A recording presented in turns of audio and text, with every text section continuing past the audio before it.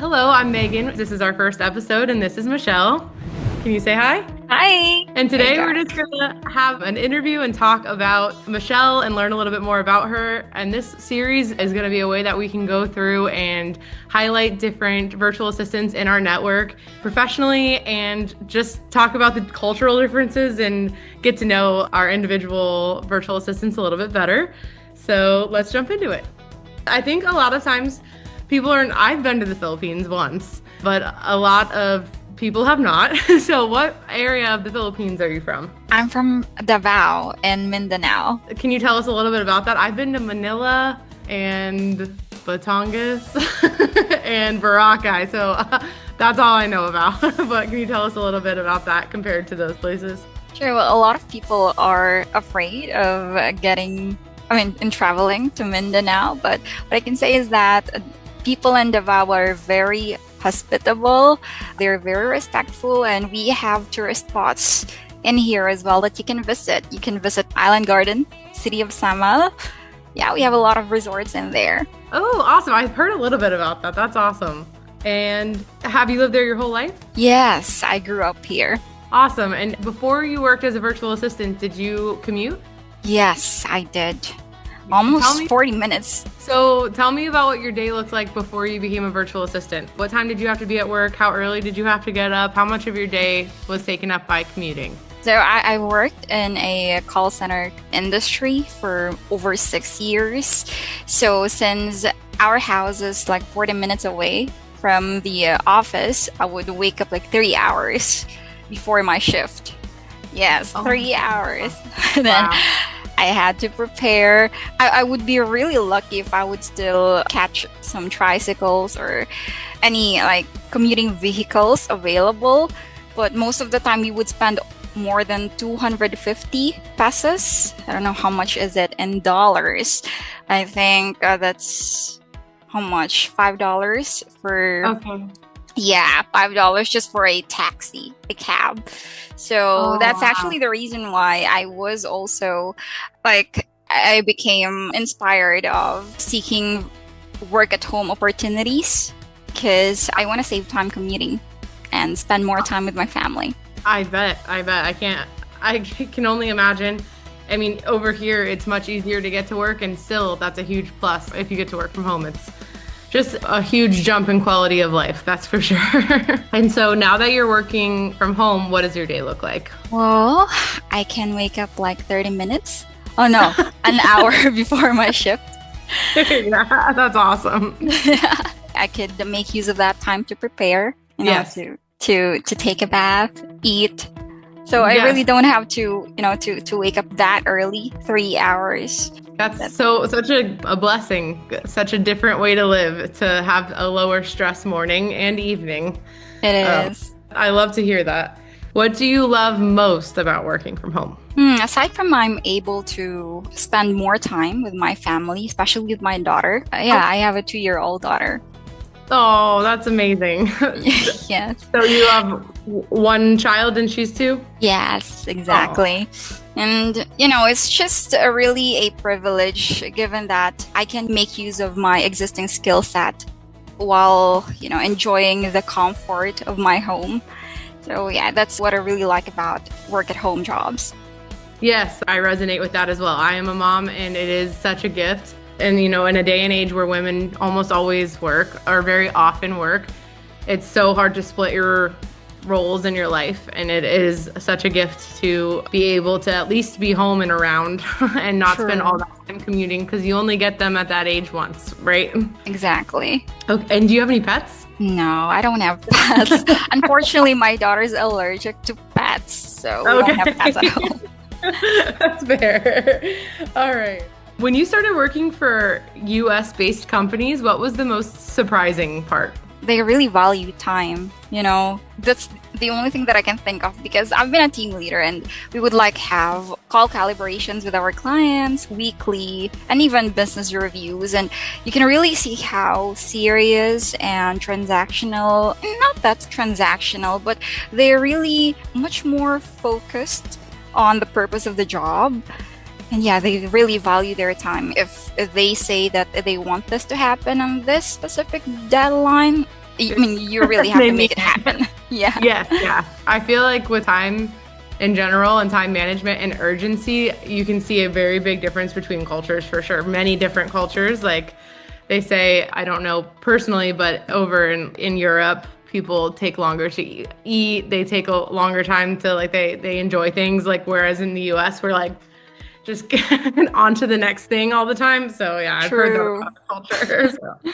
In your experience, what have you seen makes communication flow the most smoothly between you and your US clients? We communicate more smoothly through emails, anything that's written. Okay. Yeah.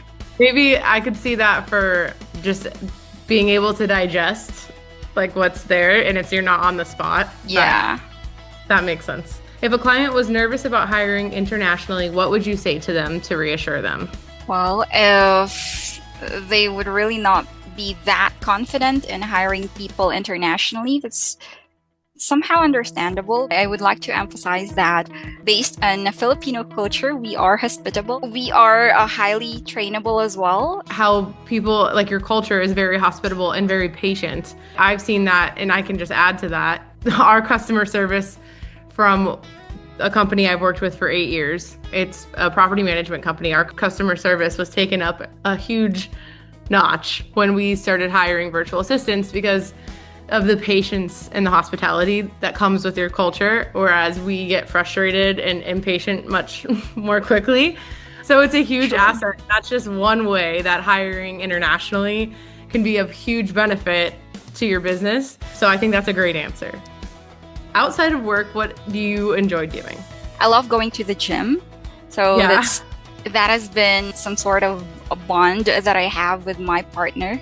So yes, I just love keeping myself healthy, because keeping myself healthy meaning I'm lengthening my life for my daughter. So that's so awesome. Good for you. That's amazing. And what motivates you most to do excellent work? It's the career growth for me in professional setups, are the opportunities for growing your career. That's the thing that drives me to achieve the goals and to work harder. That makes sense. And then also, especially if you can long-term, woman to woman, you can grow your career from home and still get to spend time with your daughter. How cool is that? So I could see it's more motivating to like grow your career when it isn't taking you away from your daughter. That's how I feel anyway. Could you resonate with that? Yeah, that's true. I do. Awesome. Are you more of a morning person or more of a night owl? I'm more of a night owl. Yeah. Yeah. I mean, I've been used to working during US hours, so. Was that a hard adjustment for you? Yeah. But now you're used to it? Yes, I'm used to it. I mean, that was more than 6 years. How can I be mad? Yeah. That's a good point, yeah. On the weekend, are you able to adjust back to daytime, or do you mostly kind of stay night owl? No, I stay night owl. You do? Yeah. I mean, it depends. If I had to run errands in the morning, well, I really have to get up in the morning, so. Yeah, no, for sure. Sometimes you have to do it. And what is your favorite Filipino food? That's a good question. Your food is really good over there. So. Yeah. I guess I can say sinigang. That's my favorite Filipino food. Okay, what is that? It's pork sinigang. It's a soup. Oh, okay. Yeah. And do you cook? A bit. Not really. Do you have someone that you live with that cooks like that, or do you do most of the cooking? I do have my partner's aunts. Oh, nice. Okay. Yeah. They're really good at cook? Yes, they're really good at cooking. Oh, that's awesome. And then do you prefer music while working or in silence? In silence. Can more focus.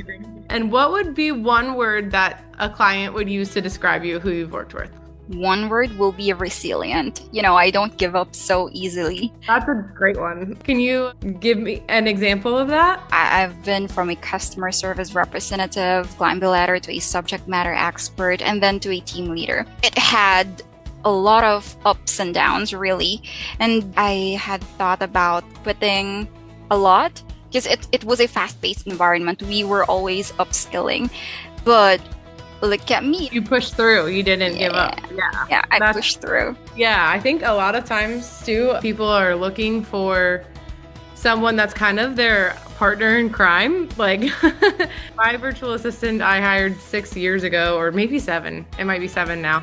And I remember just being nervous that she wouldn't be able to go with the flow.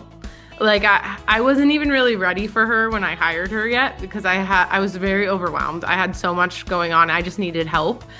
And I thought that it was going to in the beginning take a lot of my time to train her and show her everything. And instead she just said, share your screen with me and I'll create processes for everything that you're doing, and then I'll just learn as we go. Like, so she didn't make it another job for me. She just said, just show me and I'll learn as fast as I can, and I'm here any way you need. And she never gave up. And I feel like that's so valuable, because I think it's hiring and training and stuff like that can be overwhelming. And I think someone that's resilient, hardworking, and ready to just take the curves as they come and just do whatever you need to do to get the job done is such a huge value. So I think that's an awesome thing to share, and it's something that somebody will value a lot. So Love that.